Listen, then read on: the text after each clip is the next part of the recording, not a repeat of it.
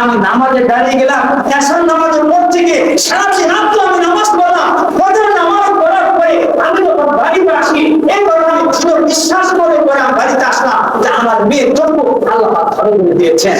বাড়িতে আসার পরে আমি যখন আমার মেয়ের জন্ম দেখলাম, ওই জন্য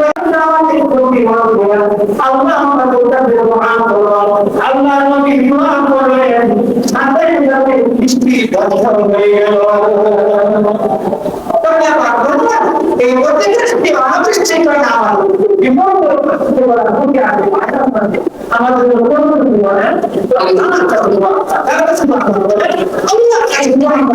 নামাজ পড়া